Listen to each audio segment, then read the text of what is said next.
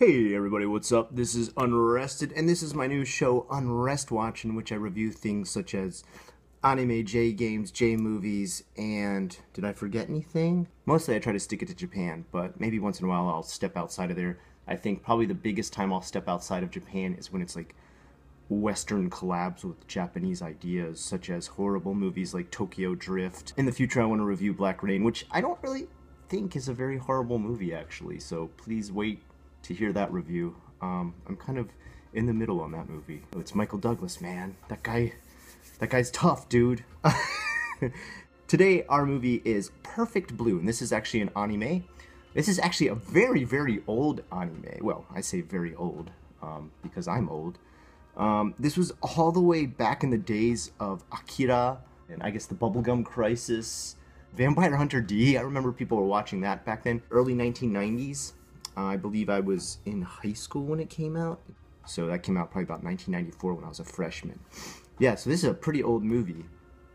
And you can kind of see, I mean, some of the colors are not as saturated as today's, very computer animated, very 3D rendered, and very, very saturated, high, bright tones and colors. Very, very vibrant colors of today's anime are not present in Perfect Blue. But that doesn't really matter.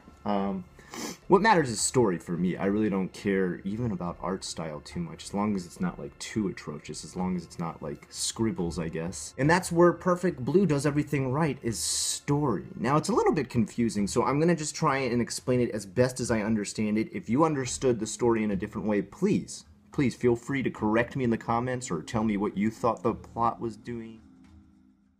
Warning, spoilers, spoilers, warning, spoilers.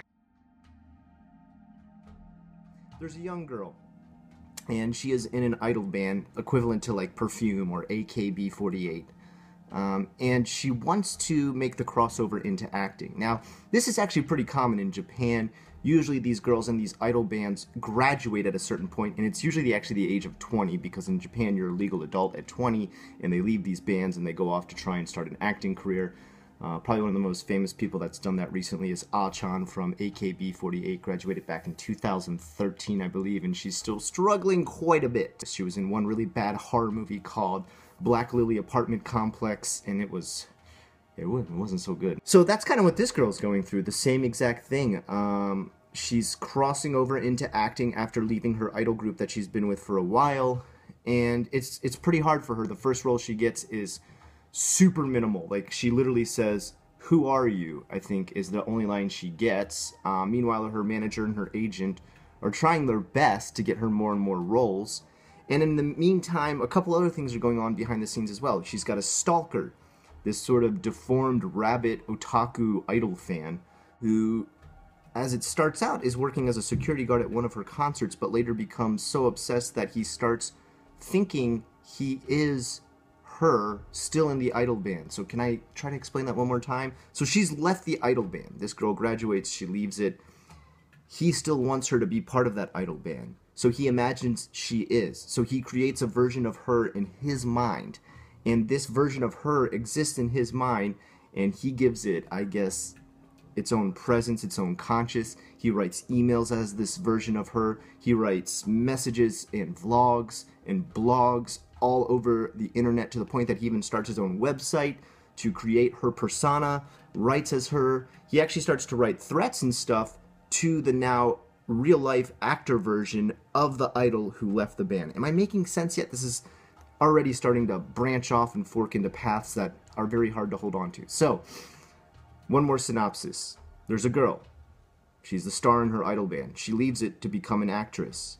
Meanwhile, one of her fans is so obsessed that he imagines she's still in the band.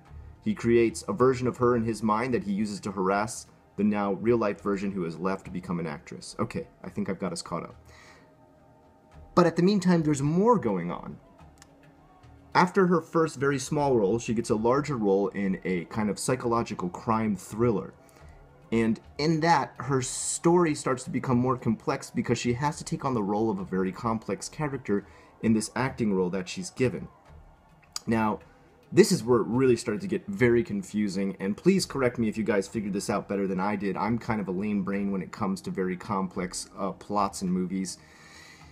It appears what's happening is she's a method actor, and she starts getting into the idea of this character who she plays that has a huge amount of psychological problems that split her personality multiple ways. She's a murderer, she's an idol, she's an actress, and everything, all within this movie.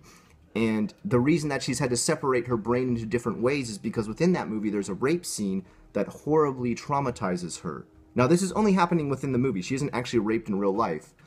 But it seems as though that scene that she had to film kind of did spill into her real life and is breaking her down mentally at the same time. So, in the movie, she starts to have these splits and going different pathways with her mind and thoughts and everything in the movie that she's starring in. And at the same time, her stalker is going after her via websites that talk trash about her. And then on top of it, she starts seeing visions of her old self still inside of the idol band, dressed up in her old idol uniform, and that starts to chase her around.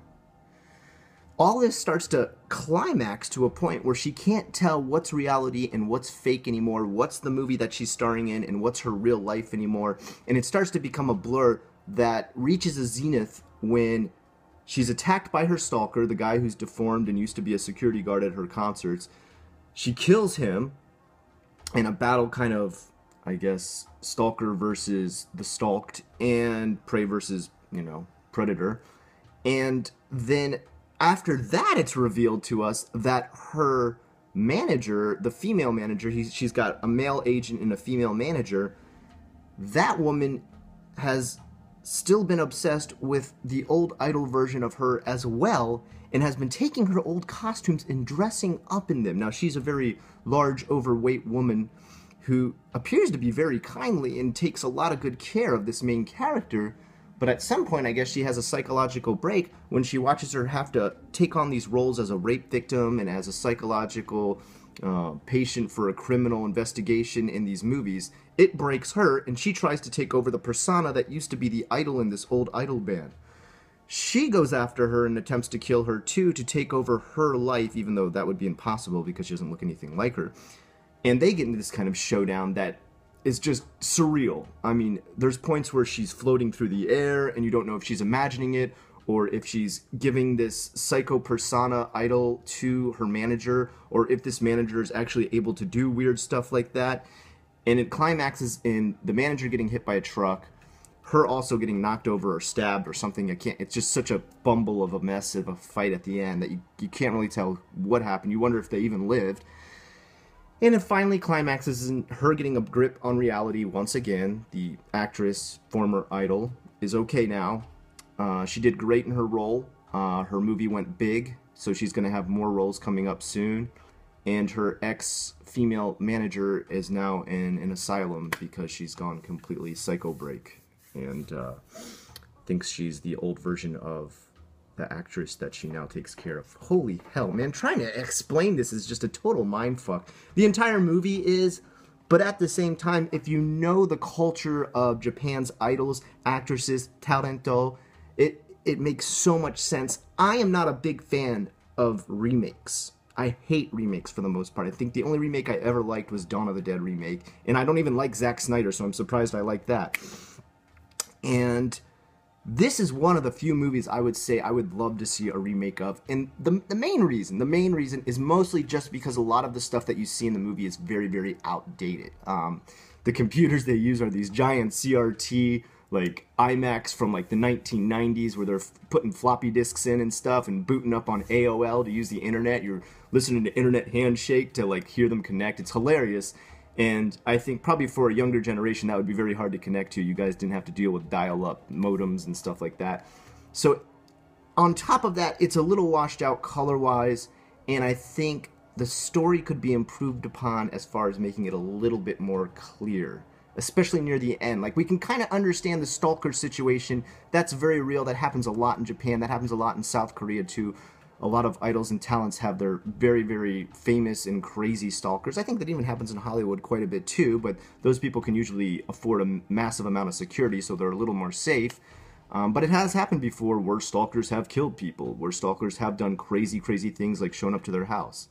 Anyway, guys, that's Perfect Blue. I hope I did my best to wrap it up into a nutshell for you kind of understand. Recommend it? Yes. Check it out. Perfect Blue. I think you can just find it for free on YouTube at this point. It's such an old movie. Until next time, I'm Unrested. This is Unrest Watch. Let me know what you want to see next.